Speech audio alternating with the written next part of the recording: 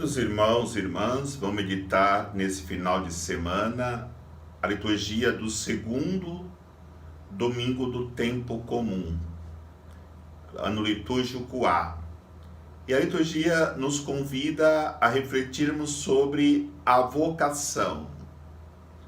A vocação é dada para cada cristão para que ele possa trabalhar em prol da salvação do homem e da restauração deste mundo para que seja um ambiente propício para vivermos.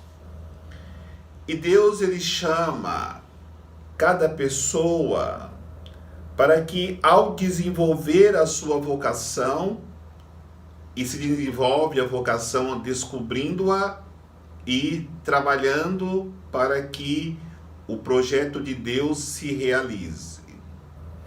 Então, na liturgia, nós ouvimos falar do servo do Senhor, aquele que é chamado para viver a sua vocação como servo.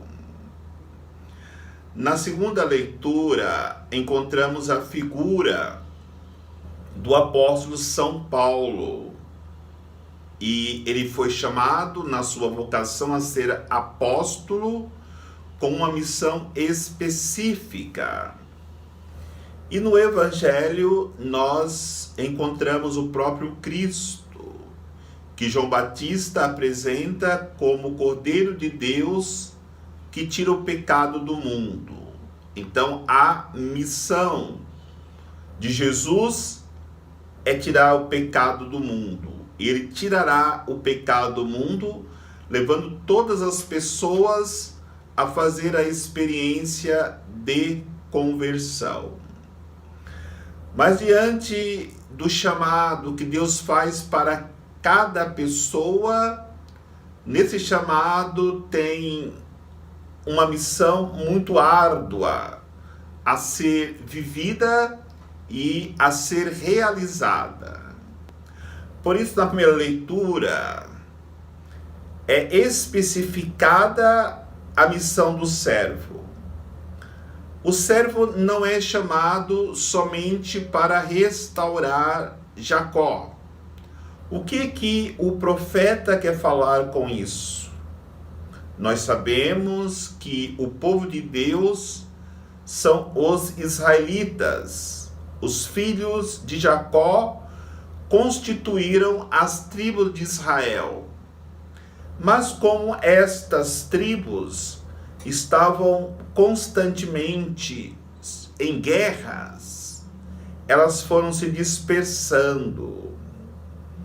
E o Senhor chama o profeta, chama homens, chama seu servo para restaurar as tribos de Israel, trazer de volta aqueles que estavam perdidos, como ovelhas perdidas.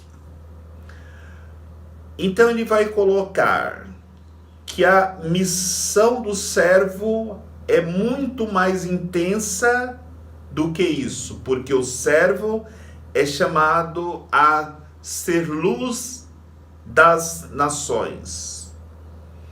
E para que ele realize essa missão como luz das nações, ele precisa pensar muito além de si mesmo. Ele tem que pensar muito além da sua própria família. Ele tem que pensar muito além da sua comunidade paroquial. Ele tem que pensar muito além do seu próprio país. E aí está a dificuldade de nós realizarmos como servos a missão que Deus coloca para nós, para que sejamos luz das nações. No entanto, é bom que façamos a reflexão. Muitas vezes, nós como servo, não conseguimos levar essa mensagem de salvação nem mesmo para os nossos familiares.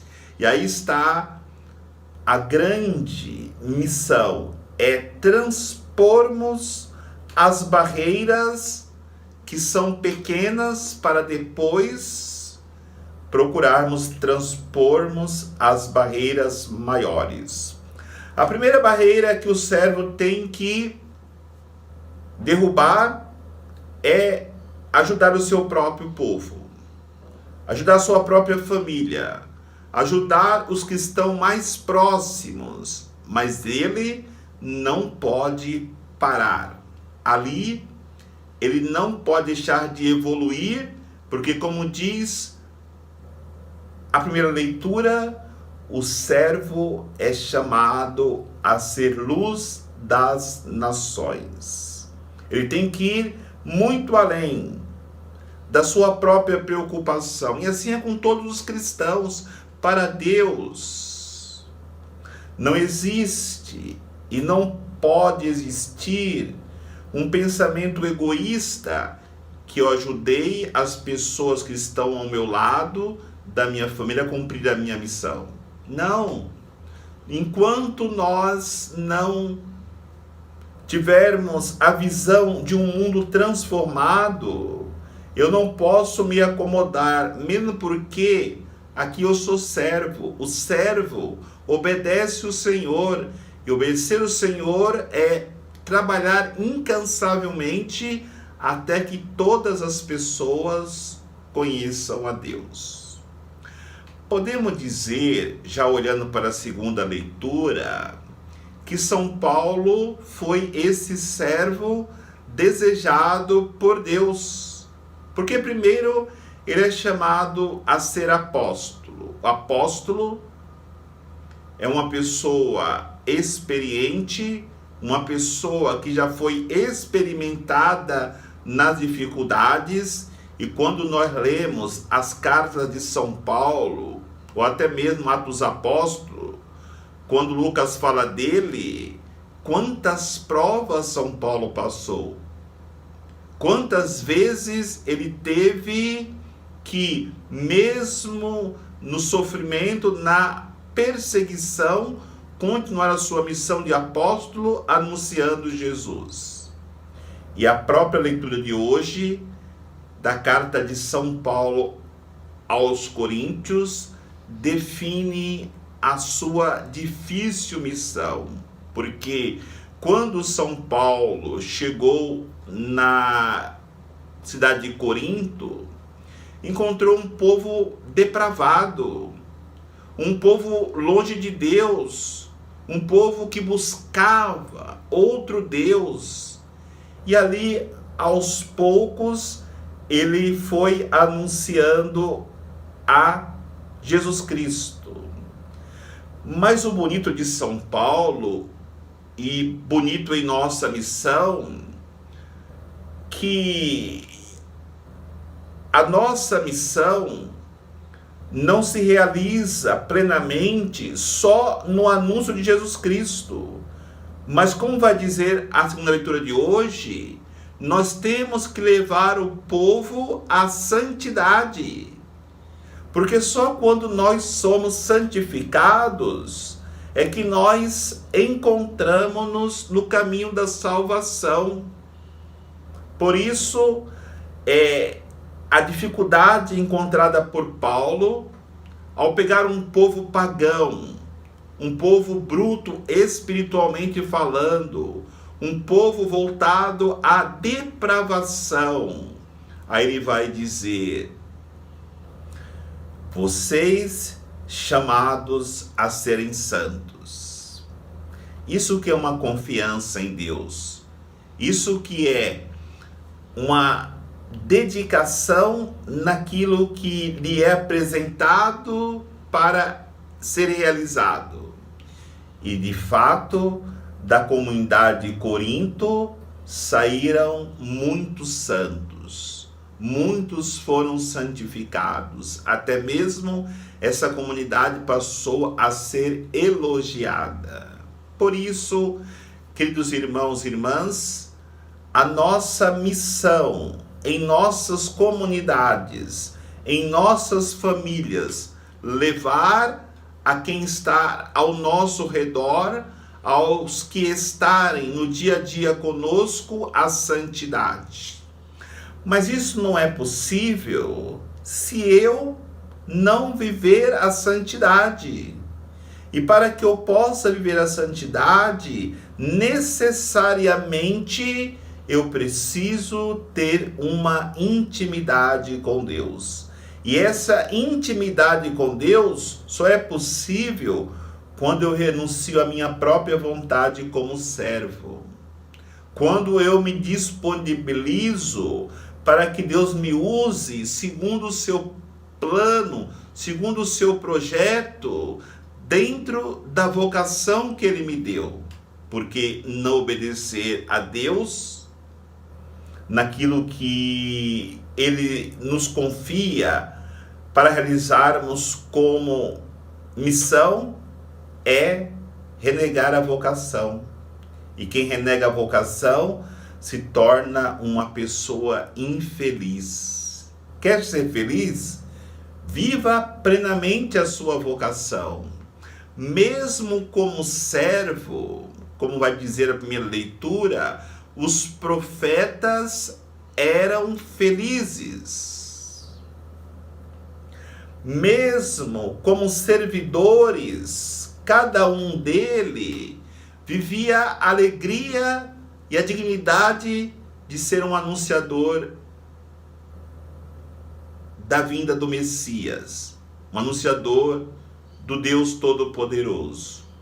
Agora, é claro, depois de me tornar servo e cumprir a minha missão de levar o testemunho de santidade para as pessoas, para outras pessoas, eu tenho uma realidade que eu preciso vencer, que é o pecado.